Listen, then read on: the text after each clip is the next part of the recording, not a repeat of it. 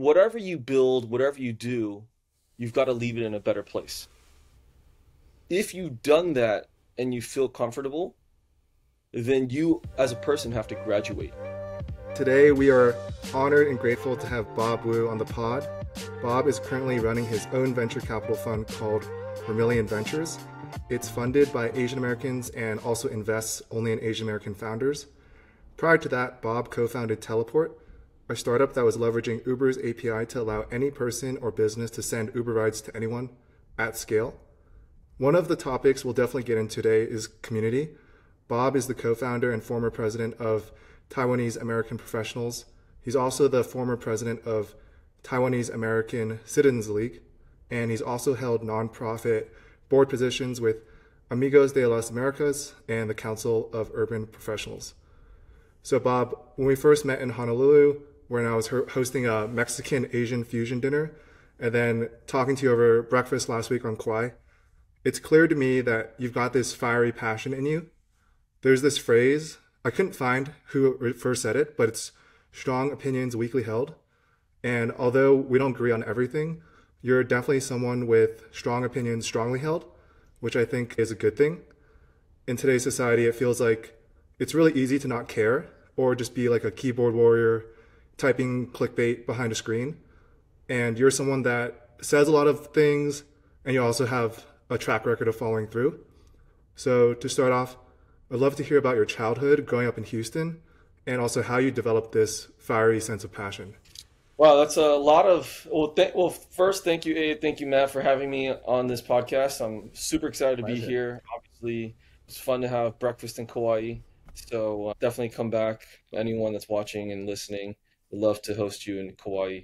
But there's really two questions. One is the childhood part growing up, and then the second is how do I come up with the sort of the passion part.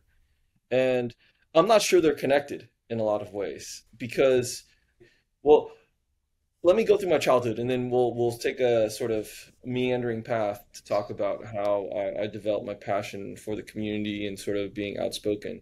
I grew up in Houston, Texas, born and raised. Went to school there, loved it. My parents are still there. People always ask, like, are you from Houston? Houston, I'm inside the sort of the Beltway 8, and I'm a big fan of the Houston Rockets, Houston Texans, Houston Astros, all the Houston teams. If you don't support your own teams, who will?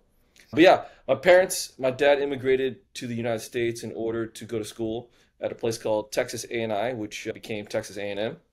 And he actually was doing his master's, or he finished his master's in kinesiology, sports science. And then from there, he was doing his PhD when he actually had my sister, and he basically had to make money. So he had his parents send him like kung fu uniforms because Bruce Lee was cool in the 80s. And he sold them at a flea market.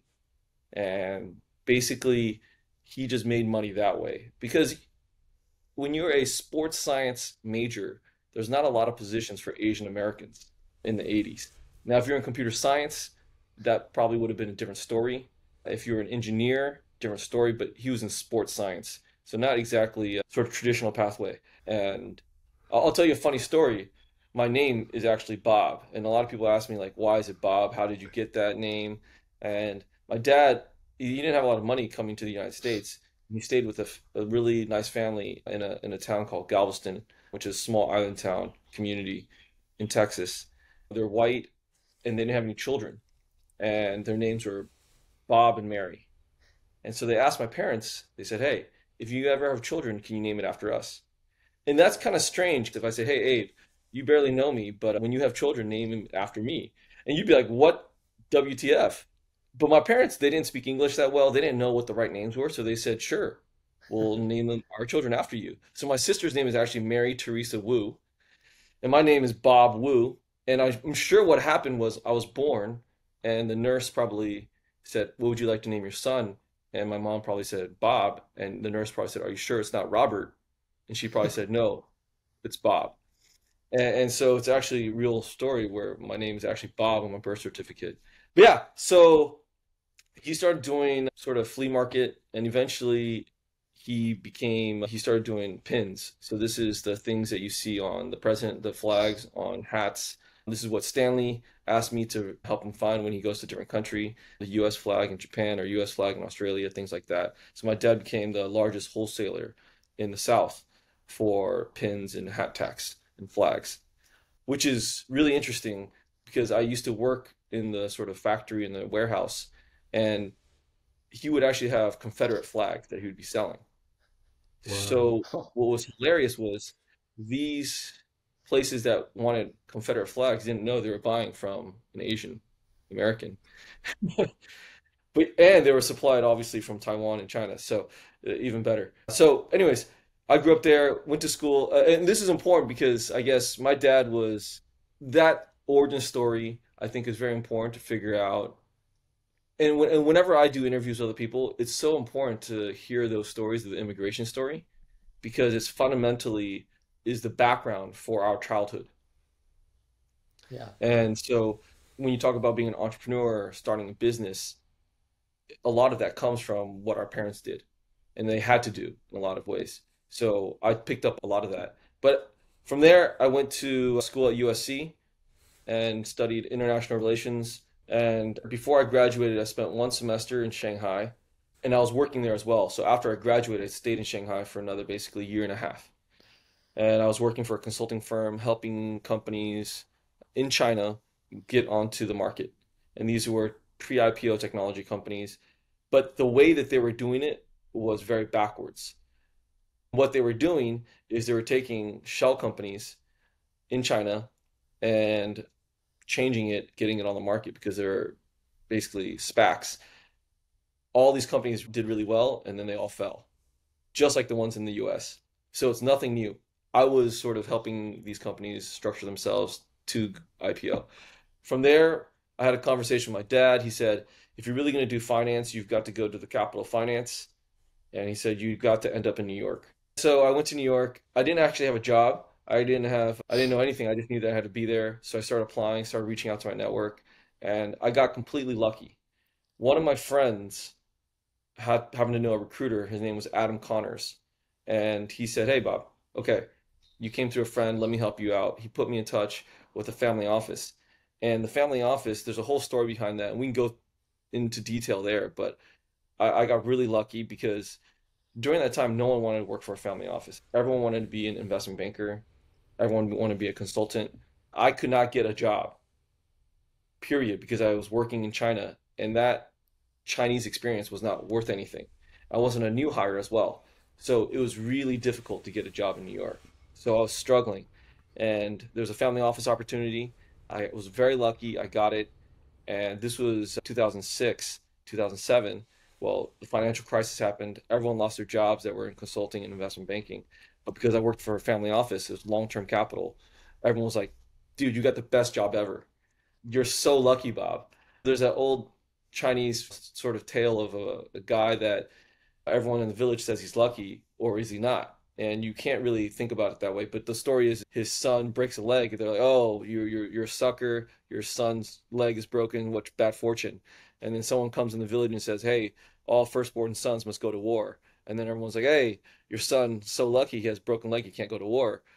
And it keeps on going until basically, is it luck? Is it, you can't look at it like that. But I got really lucky and ended up in Ziff Brothers Investments for 7 years. And so they made a great hire. But I love my experience because I got to see finance in all the different ways. So public equities, private equity, commodities, fixed income, venture capital, hedge fund, the whole night, fund of funds. I got to work for one of the largest family offices in New York, and they had, according to Forbes, over $14 billion, blah, blah, blah. And they invested in all the top managers during that time period.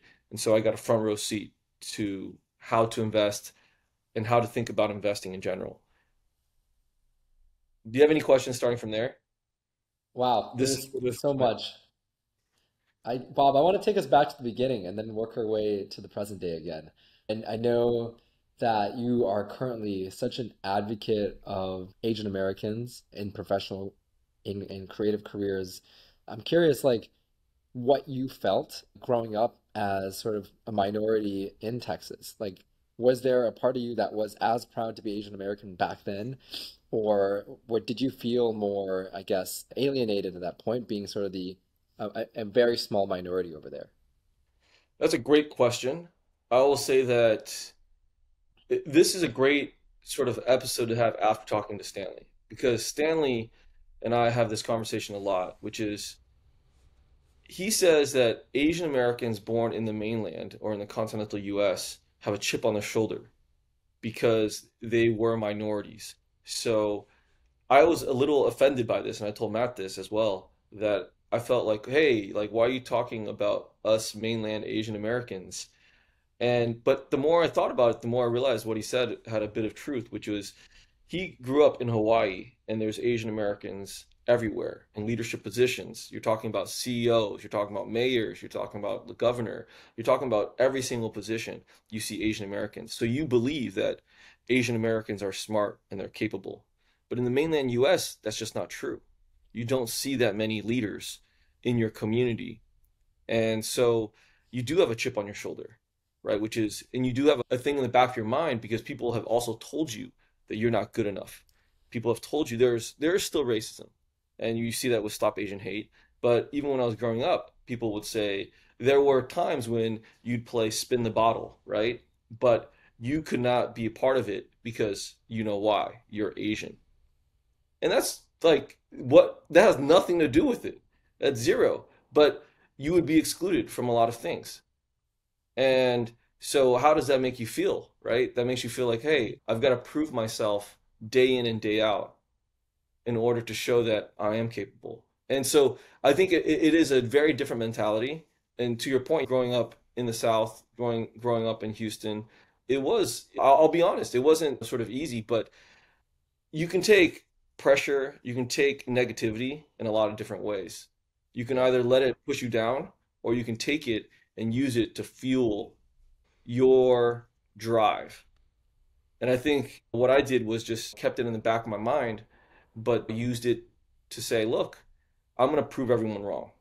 I'm going to prove everyone wrong that Asian Americans can do everything that everyone else can do. And I'll give you an example. I went to this camp that was 100% Caucasian in the middle of Texas. It's called Camp Fern in Marshall, Texas. It's like the most Texas name ever, Marshall, Texas. And there are no minorities for a 500-mile radius. My dad sent me to the camp because it was great. They have great programs, and I loved my experience there. But their expectations for an Asian American were to be the geek, to be weak, to not be able to stand up for themselves, right? And so every day I had to show them that Asian Americans could be just as athletic as everyone else there, that I would not back down from a fight, that I would stand up for myself. And I would go, and they had boxing matches between kids, right? Literally boxing matches, that I would not be afraid to go stand in the ring and fight whoever wanted to fight me, right? And like I had that chip on my shoulder, and I wonder if it could be a positive and negative here, right? Which is like it's still like you keep on going and you don't know when to succeed, even if you've already succeeded. So like it can be a negative mental health issue because you're Yeah. scared that you've never achieved success. At the same time, you're never sort of slowing down. So I don't know if that answers your question about growing up, but that was in the back of my mind. But when I got to college, actually, I went to LA, USC in LA, and there's a lot of Asians there. So it's very surprising, different experience. And I can tell you that if you grow up with a lot of Asians, you're actually probably less active in the Asian American community, which is counterintuitive. But let me explain it because you see Asians all the time. You don't feel the need to go out of your way to support Asians. You see Asians all the time that it doesn't become a priority because they don't need the support. Does that make sense? So That you're makes less sense. likely to be involved or to be actively involved because you already have Asian friends. Yeah, I felt that way, Bob. I actually grew up in Minnesota, so very similar to Texas. I was like the only Asian kid in my elementary school. And I remember like at some point it switched from being like ashamed of bringing like Chinese food for lunch and like wanting to prefer Lunchables and like a PB&J to suddenly like I hit high school and was like, why would I eat a PB&J when like this food is just so much better on the other side? And so I think it's like a flick of a switch between what are you looking for externally and once you could find that internally, then it was all very different. And then I went to Berkeley and I was like, I totally forgot about like being Asian was a thing because there even more so than USC was a whole slew of Asians, and I was like never seen anything like that before. And I think what was key for me was I never seen Americanized Asians before.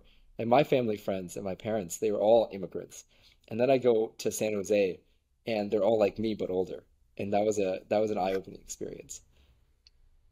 Yeah, I remember the first time I saw an older Asian person speak fluent English.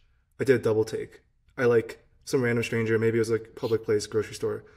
I like trailed them a bit just to try and hear them talk a second time because I was like, whoa. I was used to only hearing accents growing up in Virginia. So there was a couple things that stood out to me on your change from Shanghai to New York, but I found it very surprising that you one just like listen to your dad. He's like go to New York, and you're like okay, but then also the fact that you are down to just go there without a job lined up. Like I can understand a lot more now that I quit my job and I'm about to go live in New York in July and hopefully later in the year. But at the time, being that young, like what didn't that feel like a crazy decision to you, or did it feel like your destiny or like something that you just had to do? That's a great question. I have no sacred cows. There is nothing that I'm willing to blow shit up. And this is really important Okay. because I think that you always have to be willing to make big change. You have to be willing to think ambitiously. I told you this when I moved from New York to Kauai. Many of my friends said, like, what are you doing? Are you crazy? You're not only moving from, the East Coast, but you're not even moving to Honolulu. You're moving to like the most country out of all the islands. And people thought I was nuts. Like, I think most of my friends just couldn't do it, right? Because you get used to a certain type of lifestyle, and to move from the US to China to be working, and then from Shanghai moving to New York without a job, it's insane. I think I have a certain belief in my ability to figure things out. So I'm not really worried about failure. I will figure it out. No matter how bad it gets, I will figure it out.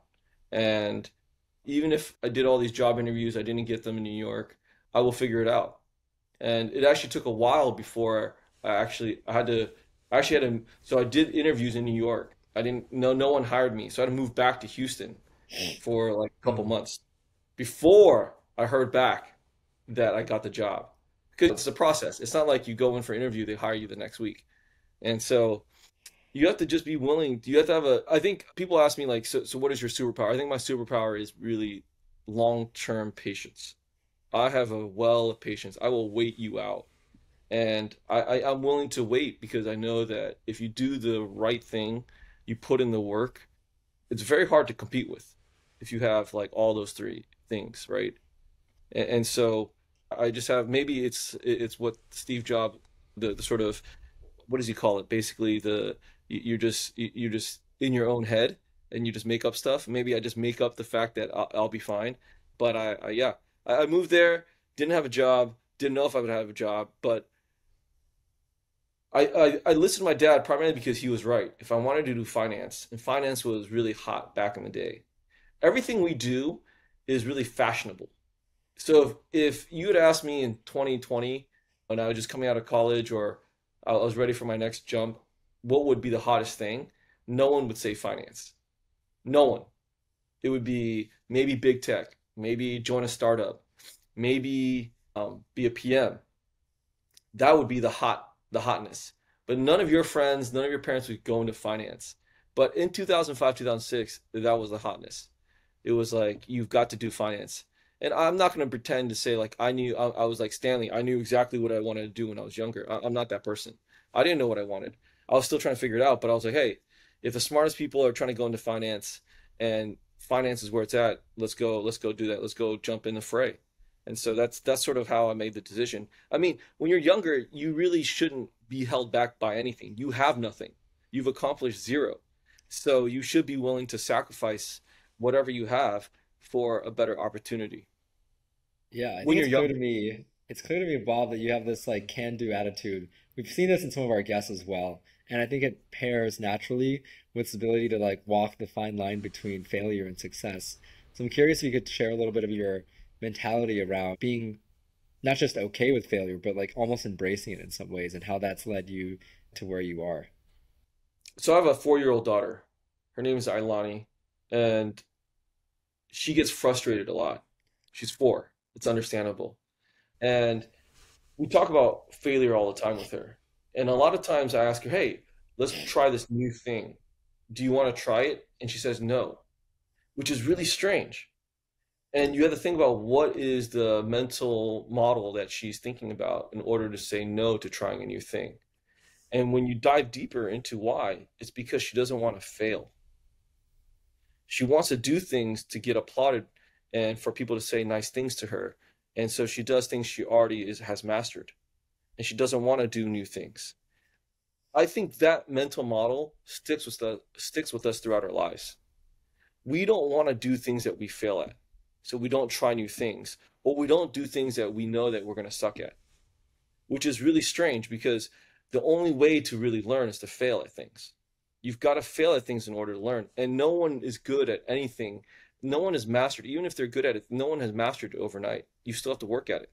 And there will always be someone better than you.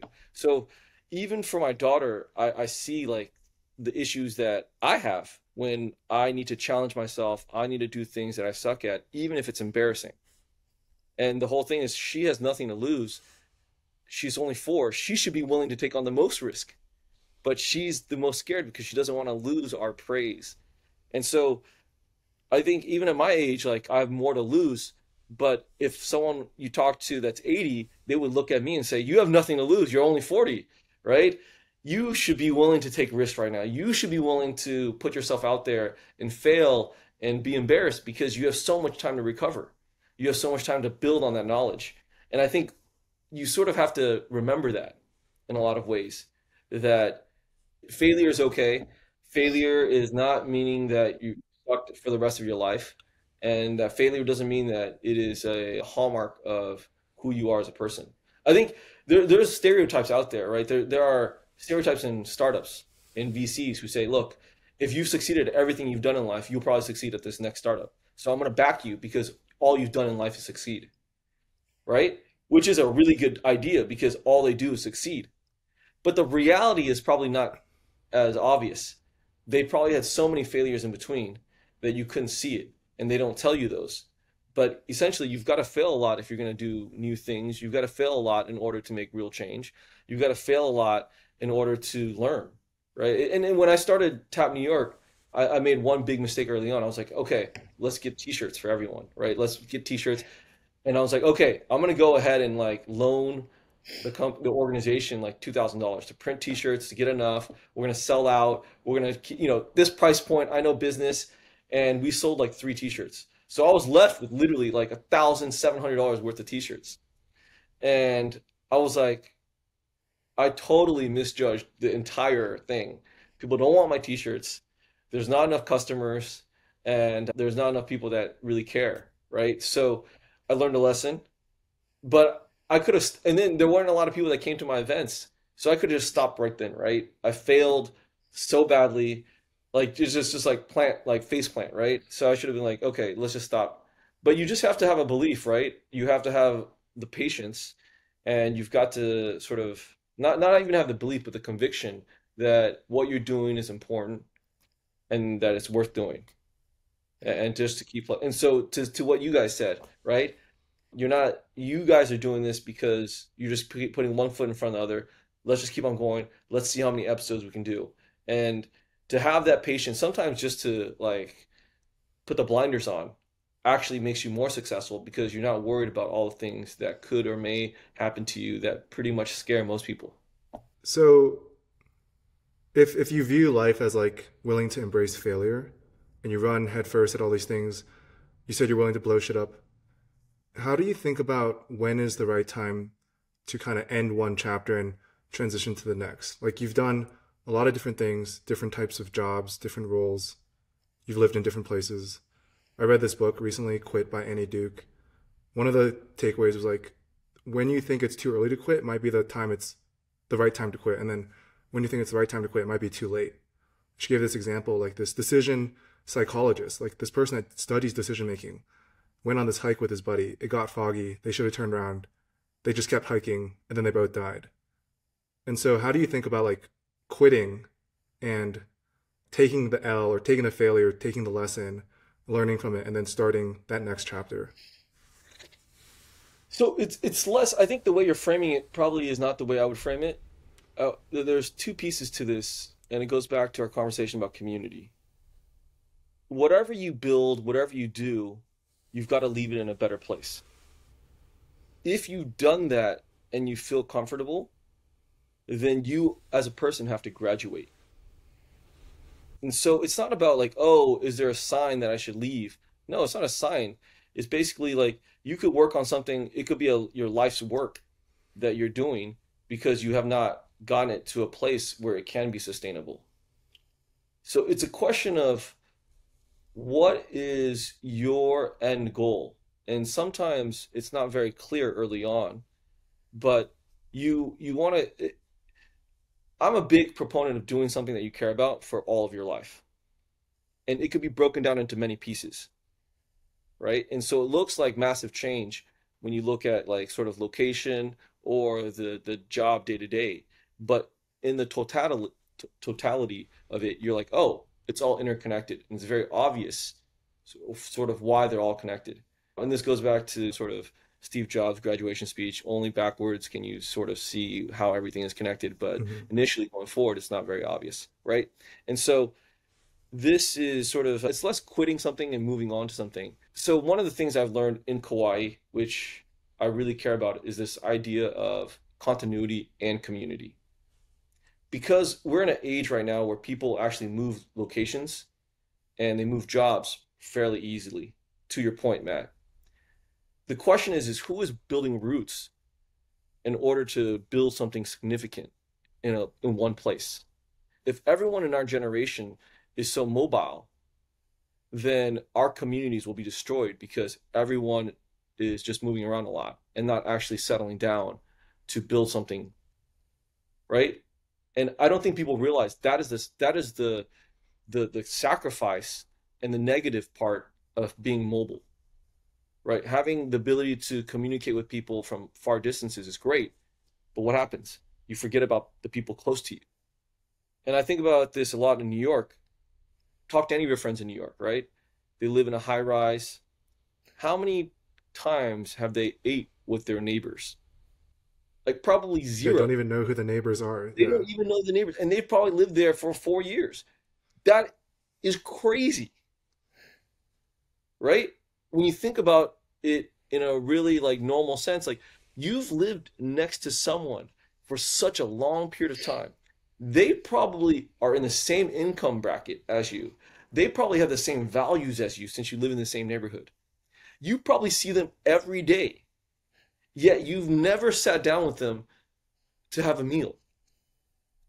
There's no reason for that. It is so obvious that we are losing sort of the fundamental part of being human and sort of being together with people around us and relying on the people around us in a lot of ways to support each other. So when you think about community, there's lots of different ways to go about it. But going back to sort of your original question of like sort of the pieces, I've actually recognized this recently and sort of you want to do something, you want to have a community that you want to invest in for a very long term. And for everyone, that could be a different community.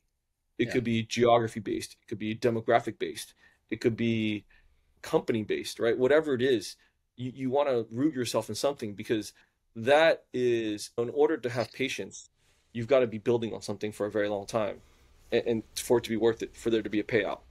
If you quit constantly from your community, then the question becomes you're not going to be able to build anything really strong because you haven't given it enough time. So it's a way to say like in every place that I'm, even in New York, where I lived for 12 years, and the reason why I'm able to sort of move on is because I've been able to build a community. I've been able to put leaders in there and made it sustainable. So when I started at Top New York, that was 2009.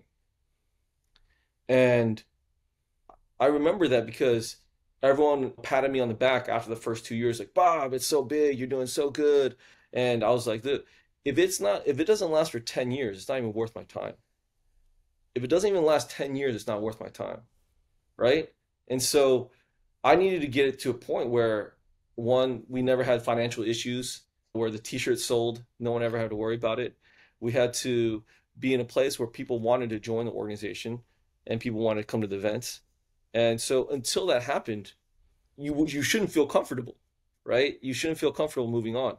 So when you ask me like when do you know it's the right time to move on? It's when you feel like you've done a good job making sure that something is sustainable, that even without your involvement, it can continue going forward. I think that's when you can feel comfortable with anything, right? Whether you move on from life or you move on from a different city, whatever it is, you want to leave it in a better place than when you first got there. But you want to like make it sure that you left a mark that makes sure that it's going to be there for the end of time. So that's I mean, you're asking me like, so how did I know when I moved from Shanghai to New York? That probably is less of the part of the equation. That's more of the sort of you don't know what you don't know, right? Hmm. And I think I could have easily stayed in China, and I don't know if I would have been successful, but I'm hoping I would have been. So you can probably tell. But it's a hard question. But yeah, for someone like you, or even for people that are watching this and listening to this, when you want to think about change, there are no sacred cows. You should be willing to move, even if you have something dug deep, if there's something that you want to do that is part of your greater mission. Got it. Yeah, Bob, it sounds like proximity and community are just such important concepts to you. I'm sure you found like an amazing community out there in Hawaii. I'm curious though, like for your job at Vermillion Ventures and your companies that you're investing in, your LPs, I imagine most of them are probably on the mainland. So how do you make sure you're connecting and staying close to those folks as you're building your personal community on that island? It's a hard question, to be honest. It's a really hard question. I so one of the things I do is I host events, and I host events in New York, San Francisco, LA, where I bring our LPs and our portfolio companies together in the same room. And it seems obvious, but it's not. It seems obvious, but it's not because it's finding the right people that have the same values and putting them in the same room is really, really hard. So, Abe, where are you right now? I'm in New York City, Manhattan. Okay. So you've probably been to a lot of events in the last year, right? So many events in New York. And I would say that 95% of those events are forgettable. And what I mean by that, like it might be fun, but if I asked you, hey, what are the funnest events that you've done in the last sort of week? You probably like maybe mention one, but then if I ask you a month later, hey, tell me the funnest events that you've had in the last 2 months, that will not be the same event. And the reason is we're just you're so busy going to these events, but most of them are not going to change your life.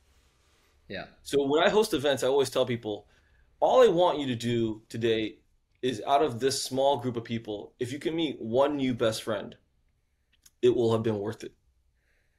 Right? How hard is it to meet one new best friend? It is so hard. That's actually what I've been trying to do, Bob. There's been so many instances where you meet so many people, especially in a place like New York City.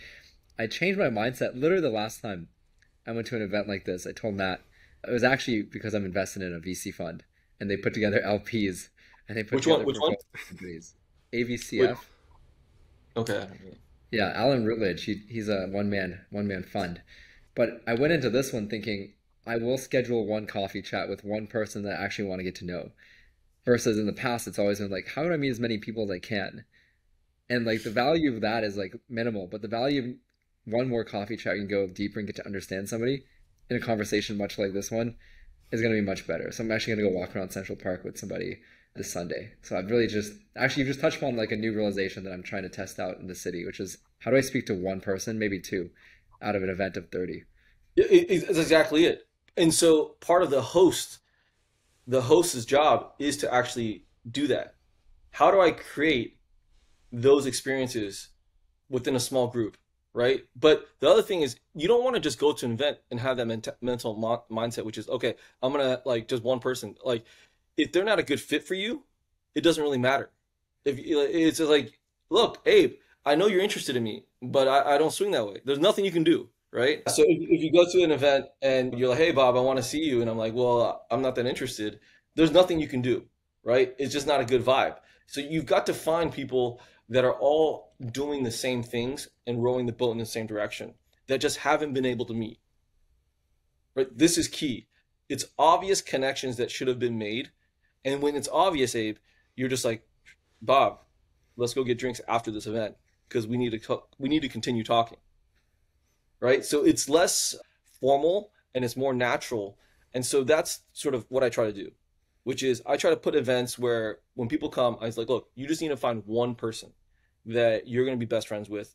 And if that happens, like I'm going to be so excited and ecstatic. But you're going to find more value in coming to all my other events because the next event you come to, you'll know that you'll find someone else that you're going to really fall in love with in a way, and you're going to be new best friends, or you're going to do a deal together, or you're going to like start a company together. Whatever the reasons are, I want every event that you go to of mine to feel like super curated, super high value, and that you will. I think as you get older in life, you'll realize it's really hard to make new friends. You have family, you have your existing friends, and you have other obligations. So you actually don't have time and space and an open heart for new people. And so the bar is so high for someone to come into your life and say, hey, I can make your life better, or we can actually 10x each other's lives. The bar is actually really high. And so when you can do that, then it gets really interesting. So I try to host those events. And one of the other things it's on the agenda is I want to do a Sun Valley for Asian Americans. So really an entire conference for Asian Americans at the highest levels where they can get together, hopefully in Hawaii, and have those sort of the water cooler chat and get to know each other in a less formal setting. How do you bring that about? I think it's a lot of the responsibility of the host to curate the right group, but then it's sort of also on you to make sure that the conversation, the atmosphere, even the activities lend itself to meeting someone on a deeper level. So yeah, how have you found success in that? I mean, my background, remember, I started Tap New York. We hosted currently Tap New York in New York hosts 100 events annually. 100 events. Damn. So when I was doing it, I hosted so many events. And we've done everything from 5-person events to 400-person events and everything in between. So event planning is sort of in my DNA at this point. But to your question of how do you create a good experience, the first part is it's actually, it doesn't really matter what you do, Abe. Literally, if I have a dark room, literally a windowless room, and there are no activities, but I put you there, I put Matt there, I put Stanley there, I put 4 other interesting people, guess what's going to happen? What do you think will happen in this windowless room? It'll be a good time. It'll be a great effing time, right? And that's just the reality. It's all about the people. If you get the right people there, it doesn't matter what the activity is. Now, there are things in life. I have 2 things that I like to usually think about when you want to create a relationship very quickly. You can either do it over consistency over time. So if I see you like 4 times in the next month, Abe, like all of a sudden you're like, hey, I'm gonna see Bob a lot, so we probably should be friends. The other way is if we do something dramatic together.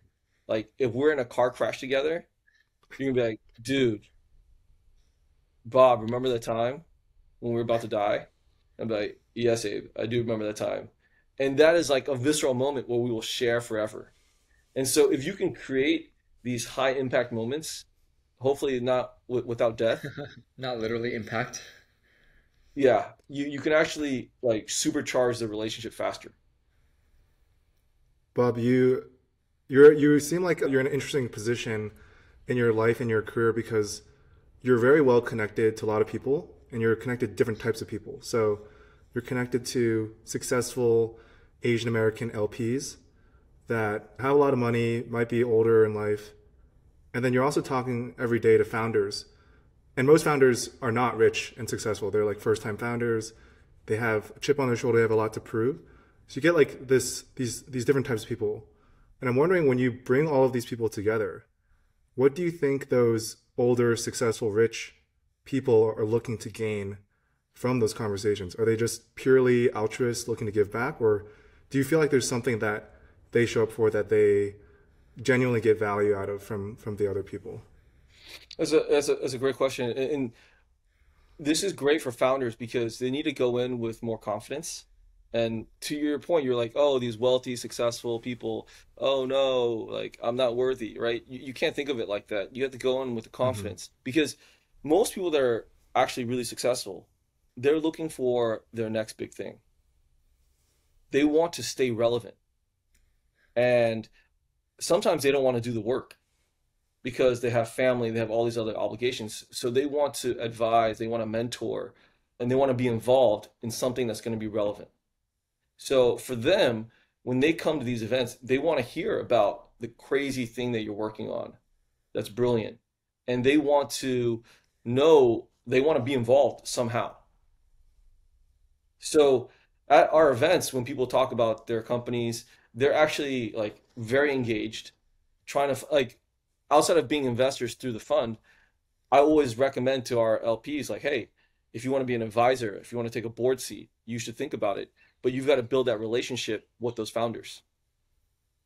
And so e- even if you're successful and you have a lot of money, what are you going to do when you get up the next day? What are you going to do? You still have to do something, right? And the key here is like you should do the things that you want to do that you're really excited about.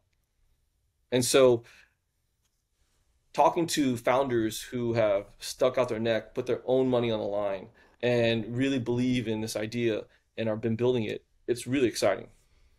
I guess we're getting to the topic of VC and now your fund, Vermillion Ventures.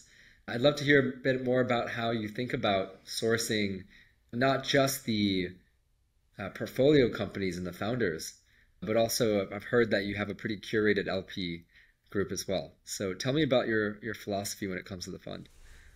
So sourcing, I mean, this is we're going to go into the weeds here, and I have interns that work with me, and I go through this all the time. But sourcing is very simple. It's research, and there's two types of sourcing. You can either be what I call Goldman Sachs. If you're Goldman Sachs, you basically sit there and you wait for your inbox to pile up, and then you basically pick deals from there.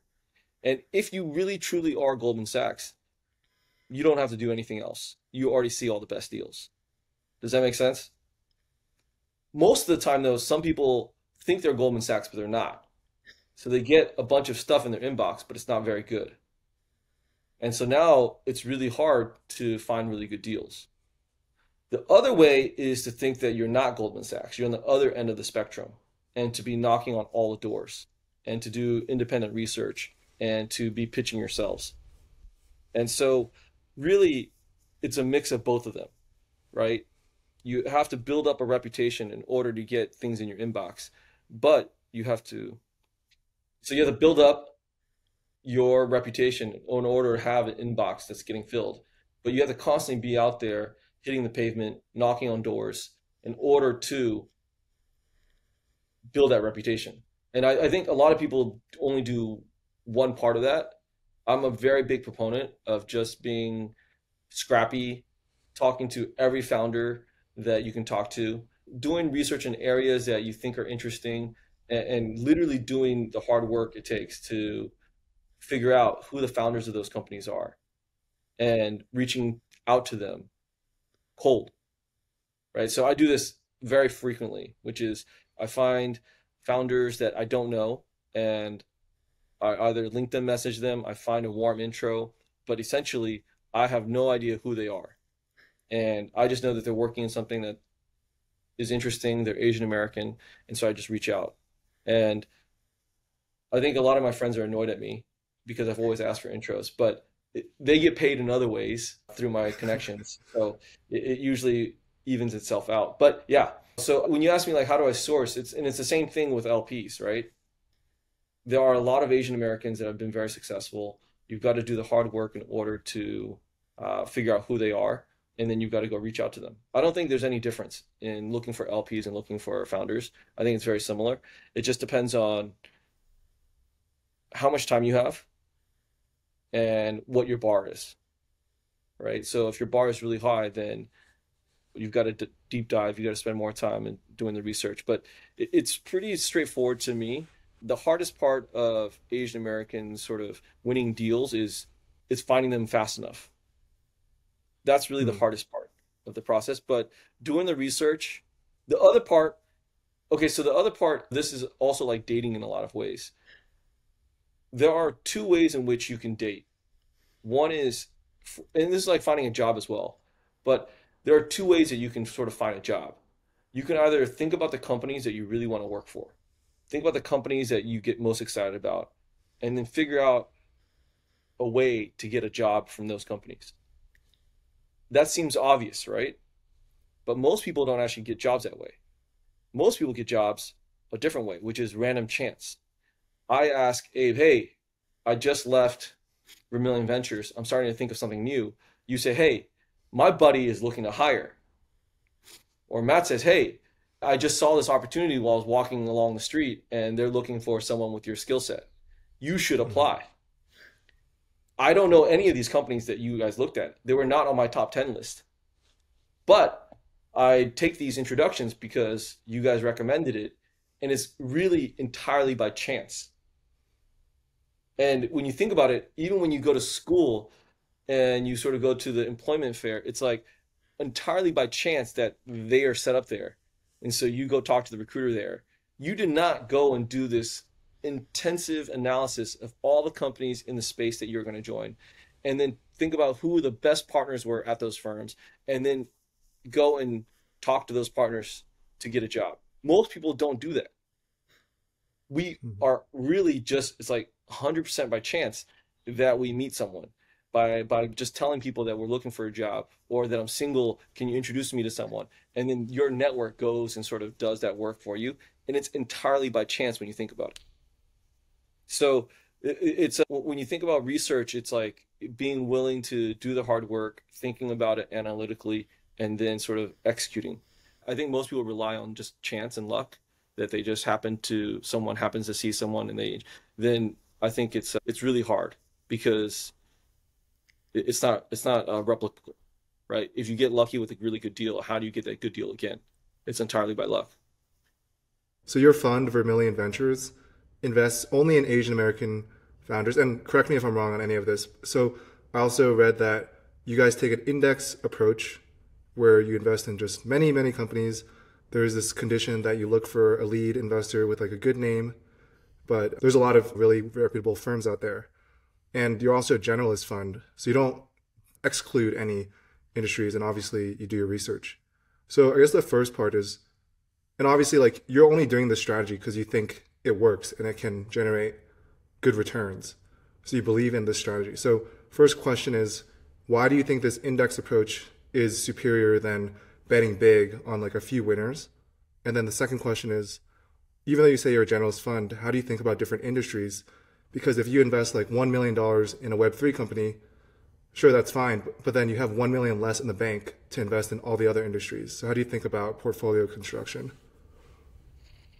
Those are two very big questions. The first one is the first question that you had is active management versus passive management or indexing versus active management. I would say two things. The data is already there. We say we're data driven in terms of a lot of people make data driven decisions, but they're not. And so for VC, you're seeing that Sequoia's returns have not actually been that great, contrary to popular belief. But you're also seeing that those that have like there's all this data out there that's very succinctly shows index approach is way better than a concentrated portfolio. But I would ask you the same thing. In your own 401k, where do you have your money? Is it in the S&P 500 by any chance? If it is, Something, yeah, basically. you also index. So you Yeah. also agree with this. And why? Because it's data driven. 85% of professional money managers do not beat the benchmark. 85%. So these are all the people that I'm competing with. all the VCs, they do not even beat the S&P 500. And they have a managed approach. Hmm. So most of the people that tell you that they are successful are not successful. They don't even beat the S&P 500. So it's a data-driven approach. It's a data-driven approach. When I think about venture, we talk a lot about like the power law, about how one or two companies in the portfolio end up having outsized returns that actually leads to sort of the success and covers for the failure of the hundreds of other portfolio companies. So for stocks, I'm 100% in the camp of let's bogle ahead, let's index. I'm curious how that approach changes or how you think about it, if differently for investing in the stages of companies you are looking at. Yeah, so the data shows that, look, you have, let's just give an example. You have $1 million, right? You can invest in 10 companies for 100,000 each, or you can invest in 20 companies for $50,000 each. Which one is a better investment strategy? Data shows it's actually the latter, primarily because you have more shots on goal, because you don't know Hmm. whether or not any of those are going to be billion-dollar outcomes. But you need to have a billion-dollar outcome in your portfolio for you to make money. Does that make sense? So at some point in time, yes, like putting in 25K may not help because your returns are not high enough, right? Like even if you 10x, it's not going to help you make. So there is sort of a fine line there, but having more is actually better than concentration because you cannot miss on the billion-dollar outcome. So I give another example in 500 startups, literally in the name, it's 500 startups. That's what they're trying to do. Invest, spray and pray, index. But you really truly have to index. So it's really well known that tons of VCs pass on Uber.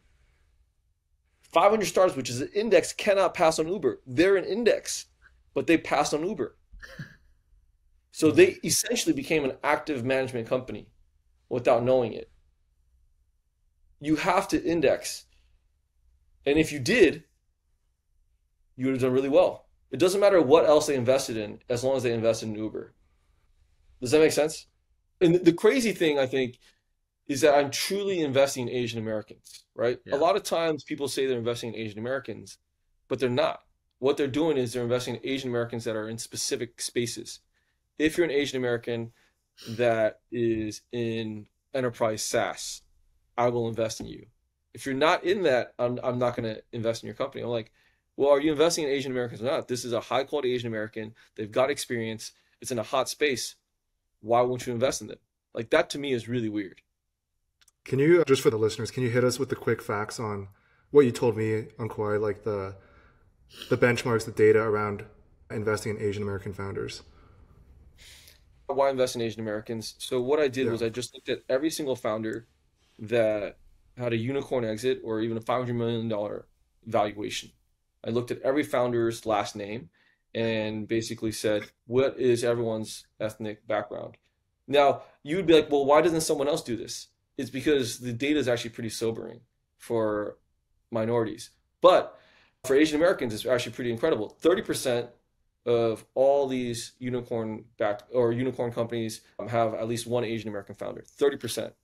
So the population of Asians in the United States is 6%. So we are doing really well in tech startups. So the question is, why are we not investing in our own community? That to me is really strange. Who are the investors for all these companies that are doing really well? Are they Rich white Asian? people. Well, because the traditional demographics. And so how do we change that? Right? So it's really data driven. We do really well in tech. We should be investing in our own communities. And if I could invest in every single company that is raising, I would if I had unlimited capital. Bob, I feel like you're at this point in your life. I see it with people like Wookie, Stanley, just kind of like these older Asian American guys, kind of like big brother figures. You have Calling me success old. in your career, like seasoned veteran. You've got like, you definitely have like success. You're still hungry for more success, more accomplishments, but you have a young daughter, you have a family, and there's trade-offs to everything. So, how do you think about your career and how do you define success for yourself right now? I think there's a two-part question, so I'm going to try to break it up again. You always want to stay hungry in life. I think it's really hard to stay hungry, right? And the way to stay hungry is that you have to have a drive, and it's really hard because there's a fund called, I think, Prodigy, that invests in funds, but then they stop investing once they get to $1 billion in AUM. Doesn't matter how well they've done. He just says that, look, the reason why I'm stopping is because you're no longer hungry. When you have $1 billion in AUM, that means you're getting X amount of fees. That means you're probably involved in some foundation. You're probably sitting on some nonprofit boards. Now you have a house in multiple locations. You've got a yacht. And so Hmm. you just don't have the time to focus on making me money. You don't have the time to focus on making me money. So he pulls out his investment once they reach $1 billion in AUM.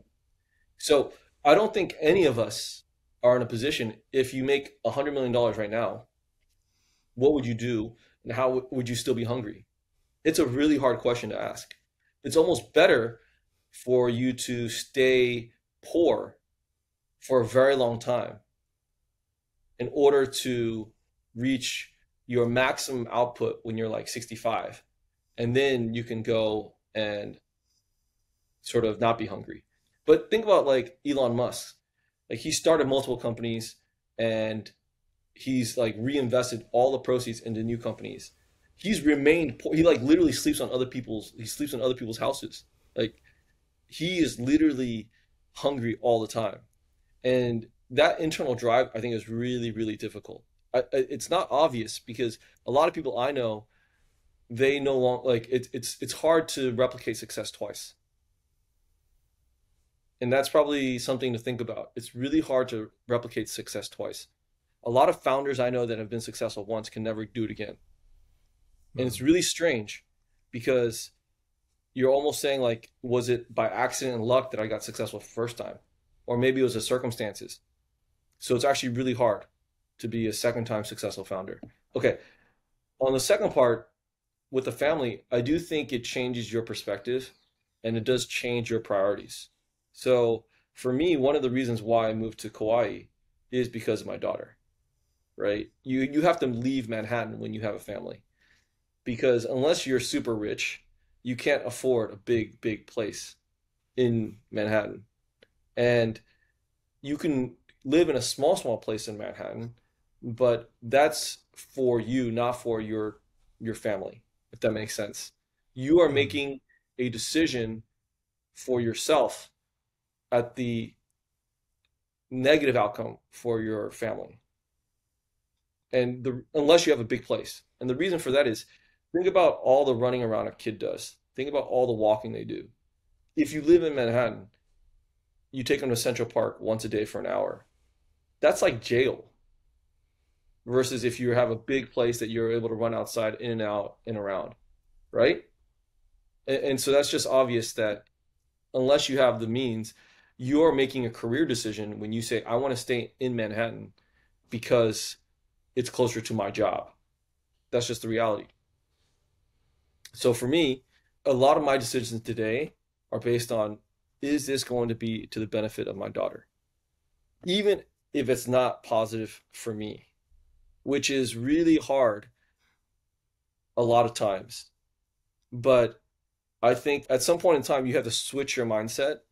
And I'm not sure I'm making the right decision. I don't know. That's just the way I think, which is I'm trying to focus on my daughter and her future. But when you think of other great leaders, Nelson Mandela, his children had a terrible experience with him as a father. And he was a great man, but he had a terrible relationship with his kids. They never saw him and they didn't barely had a relationship with him, right? So I think there is a point, maybe there's a balance here to do great things, but I don't want that type of relationship. And so these are decisions in life, right? You've got to think about. I Yeah. don't think they're obvious, which is if you're doing great things, will having a family hold you back? The answer is absolutely. There's actually data on this that when you get married, you're likely to have a kid. Your output is going to be significantly less. And it's Hmm. not mean to say, it's obvious, right? You can't go home and be a bachelor and code all night anymore. Why? because you have a crying baby. You have a significant other who wants to hang out. When you're a bachelor, guess what you can do? Code all night. It's right. I mean, this is just about Yeah. time spent. Now, will you make there's a difference between output and like better decisions. Now that you have a significant other, if you're an idiot, you might make better decisions in life. So there's positive outcomes here, right? But there is decrease in output. So you've said before that if you remained at your previous role when you were working at a family office, you had this really strong worry that one day a bus would run you over, and then your tombstone would say, Bob Wu helped really rich people get richer. Now you've got your own fund. You invest only in Asian Americans. You're trying to build the Asian American community. You also have committed to donate 50% of carry to Asian American nonprofits. I'm wondering, what would you like your tombstone to say? Well, it's so absolutely. I think everyone should go through that. Like write down what you want your tombstone to say, and then you can figure out whether or not your career trajectory and what you're working on day to day is moving in that direction. If it's not, then you probably should make some changes. And so for me, if I get run over by a bus today, I will feel much better that I am doing things to change our community for the better, right? And so I think on my tombstone, and this is now that I have a kid, you just want it to say, for me, it's really simple, right? You want to be a good father, you want to be a good husband, but you also want to have lived a life worth living. I think my tombstone would be very simple in that it was you take nothing when you die except what you give to others, right? Whether it's education, whether it's stories, whether it's wisdom or money. But you can't take anything with you. So as long as I leave the world in a better place than before than when I started, that is probably the most important thing that I want to be on my tombstone. But I think the other thing on your tombstone is that you want people to show up. I think that's really important. And it's not obvious. It's not obvious that people will show up to your tombstone or to your funeral. It's something to think about in life.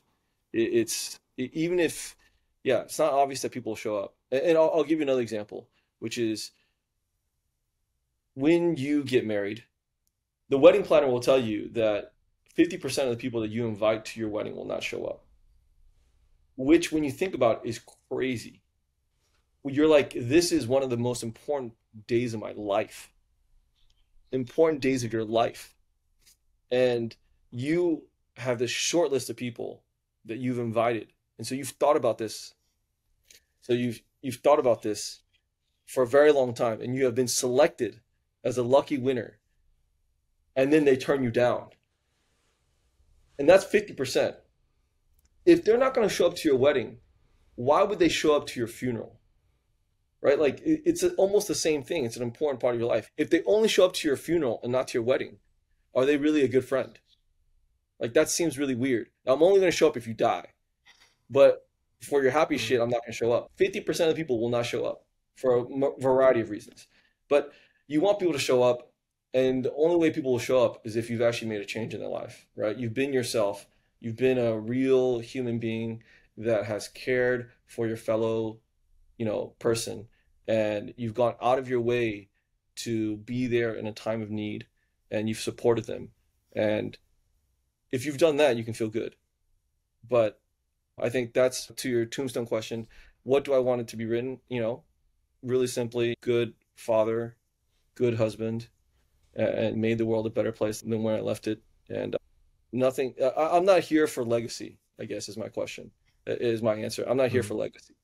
But what I don't want to do, like I said, is just help rich people get richer. Like that is not the end goal. Even though my background is in finance, right? Inherently, it is to help people get richer. Like that is my job. But hopefully I can put it in the right direction. And what I'm doing with the fund is actually a Trojan horse. I actually think we're going to make people richer, both on the founder side and on the LP side. But it's a Trojan horse because people are investing to make money, but then they build community inadvertently because they have to show up. to these events and talk to each other. And the idea is that they gain more out of that than the money they make. It's awesome. Yeah. Well said. Well, Bob, it's clear that you're living a very connected, authentic life. And I can probably speak for both Abe and I that just from this conversation, we're probably going to spend the rest of the day thinking about our identity, being Asian Americans, and we're probably thinking about what it means to be Asian American in a different way after this conversation. So just want to thank you for coming on the podcast and really appreciate it.